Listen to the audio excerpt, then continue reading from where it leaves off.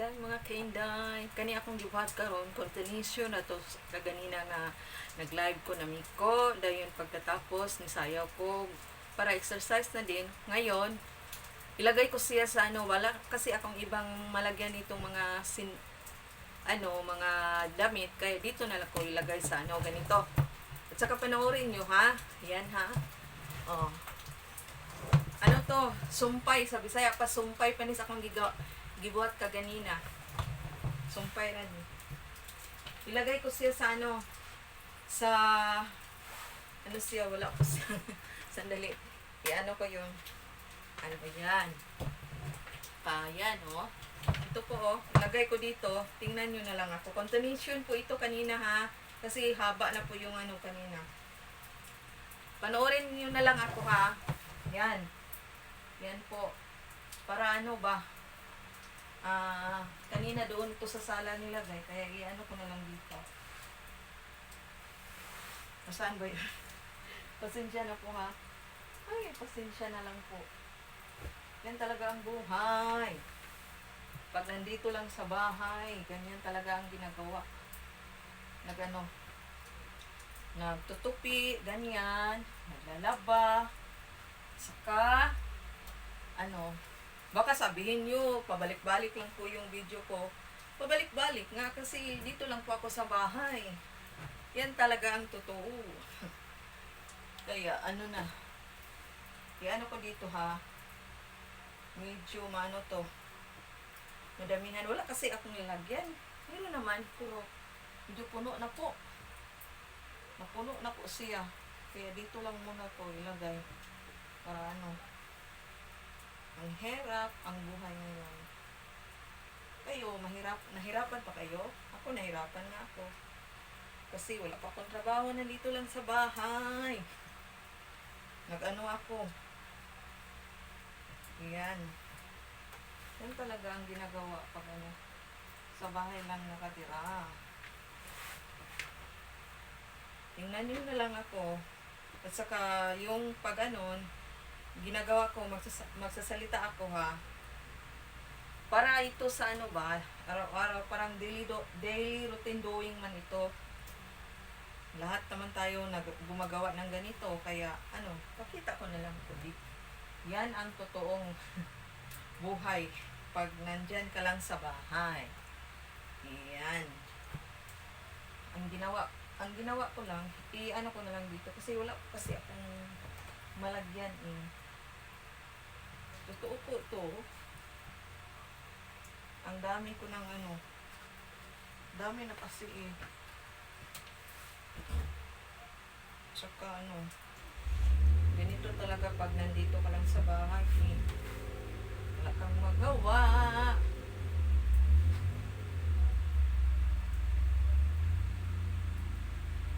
Mahaba itong video na to kasi to continuation ito sa kanina nagtutupi kasi na po ito na lang para maintindihan sa iba na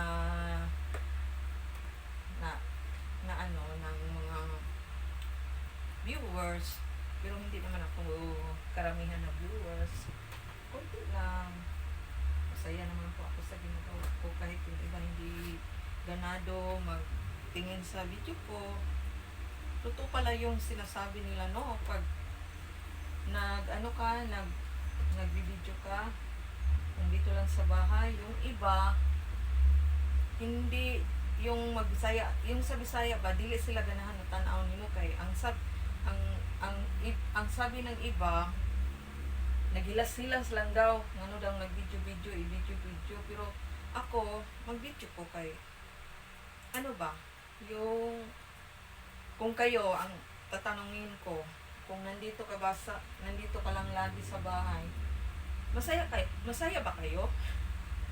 Hindi na lang ako mag-a-answer yan kasi relate yun ang mga iba yon pag nandiyan lang sa bahay. Kaya kung totoo po yung sinasabi nila na kasi nakita ko lang po yung isang video na vlogger na umpisa siya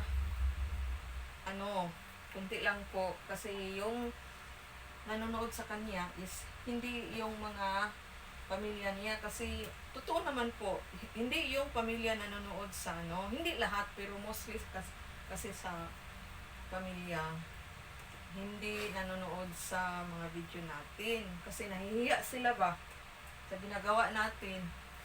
Pero hindi ko isabi na lahat po na nahihiya, pero mostly talaga totoo po yun. At saka yung mga ano din, mga kapitbahay, hindi sila masaya sa ginagawa natin.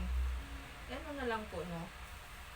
Kasi yan talaga ang, kung kayo, ibalik ko sa tanong nyo, kung masaya ba kayo kung nandito lang palagi sa bahay.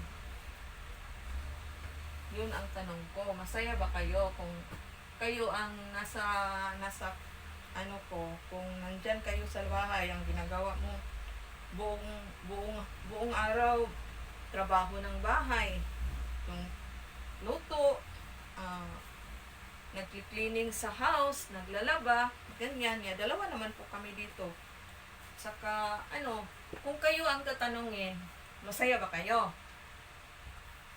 Oo, yan ang tinatanong ko, masaya ba kayo sa ginagawa niyo, yung kagaya ko din na palagi nandyan sa bahay, ano, pero ang sabi ko, kahit hindi ako masaya, nandito na to eh, kaya, iano na lang natin, ipagpatuloy na lang natin yung ginagawa natin, na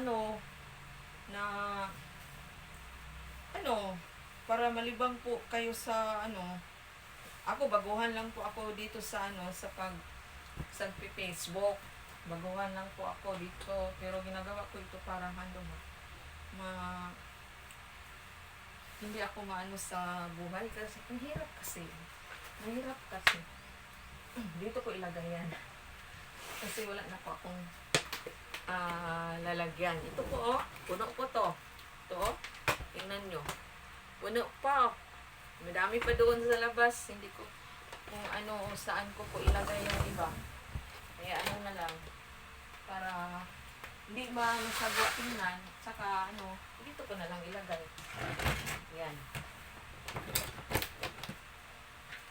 Kung kayo ang tatanungin ko, masaya ba kayo? Balik-balikan ko kayo na magtanong ng ganyan. Kung kayo ang tatanungin ko, masaya ba kayo sa kung nandyan kayo lagi sa bahay? Kasi ako, kung tatanungin niyo ako, ito po ay ano lang, yan ako yung bigay na bag sa kapatid ko, hindi naman itong gagamit eh. Saka ako, pag mayroon akong bag na ginagamit, yan na talaga. Kasi paano yung maraming bag, wala naman tayo ano, so yan na lang siya, ilagay ko na lang dyan. Pag in time, magagamit lang po yun. Pero sa ngayon, ayoko nang gumagamit meron akong bag na isa, yan lang muna ang gagamitin ko. Hirap kasi yun. Yung tanong ko, i-comment mo lang dyan sa ano, sa comment section kung masaya ba kayo kung nandito lang palagi sa bahay. Yan talaga dito. Dito ako natutulog. Yan. Yun. Ito po ay single bed lang po to. Tsaka sa mama po ito. Dito siya natutulog, pero nagbisita man yung kapatid ko dito na ang sabi, diyan na lang siya sa kabila. Doon ako sa kabila natutulog. At saka mayroon namang aircon yan. Pero hindi ako gumagamit ng aircon ha. Paano nang bayarin? Wala naman kaming masyadong Kaya ang sabi ng kapatid ko, ang kapatid kong isa daw ang magbabayad sa kuryente. Kasi merong aircon dyan at saka matanda na po yung mama ko. Diyan na siya natutulog. Ang sabi ng kapatid, hayaan mo na siya. Gumagamit siya ng aircon ng umaga, hapon at sa gabi kasi ano na po yung magbabayad. Kasi kung kami magbabayad, mayroon namang na sustento sa isang kapatid namin, pero lahat na po yun pagkuhaan ng yung araw-araw na may kabuhayan, like sa pagkain. Mahal na kasi yung pagkain ngayon eh. parang sit down na po ngayon. Tapos na kasi ako na naglagay ng mga damit na ah, yung pagkain, bigas, lahat-lahat na po yung mga bills. At saka, mahal na po yung mga bilihin ngayon. At saka, meron pang, pag mawala kami ng gas, at saka, meron pang ganyan talaga. Pero, nahiya naman po ako sa mga kapatid ko, no? Pero, ko na lang po yung hiya. Kaya, siya, nandoon naman. Pero, nung, iniobserbahan ko, hindi naman masyadong malaki yung bills, mga lang po, lagpas ng 1K lang po yung kasi lang po, siya lang man po ang gumagamit, at saka ako, electric fan, pero pag sa gabi hindi ako nag-electric, kasi, iba kasi kapag matanda na kasi, 50 plus na po ako, kaya pag hindi mainit, hindi ako nag-electric fan, pag araw naman diyan kami sa labas, nood ng TV si mother ko diyan. Pag mainit, sobrang mainit, so nag-electric fan kami. Kami naman po ng dalawa, kaya yan lang po ang masasabi ko. Mahirap man tayo, mahirap kasi explain, no? Kaya yan na po ang masasabi ko, basta ipagpatuloy natin yung mga small, kagaya po na nagbibideo, ipagpatuloy natin kahit walang manonood, masaya naman po ako sa ginagawa ko. Lang po ito, parang na para maano ako sa kasi boring kasi nandito ka sa bahay, paano ka lang sa bahay, pero yan. Yan na po, baka umiyak naman ako, ha. Salamat sa mga followers na nag-follow sa akin. Pagkakataon ko na po ito na magpapasalamat sa inyo. Salamat po. Kung sino po kayo, alam na po niyo yan. At saka yung pag-share sa video ko, salamat po. At saka, yan talaga. Yan talaga ang buhay. Kaya, salamat po sa panonood. Salamat po. At saka magandang umaga sa inyong lahat. Bye!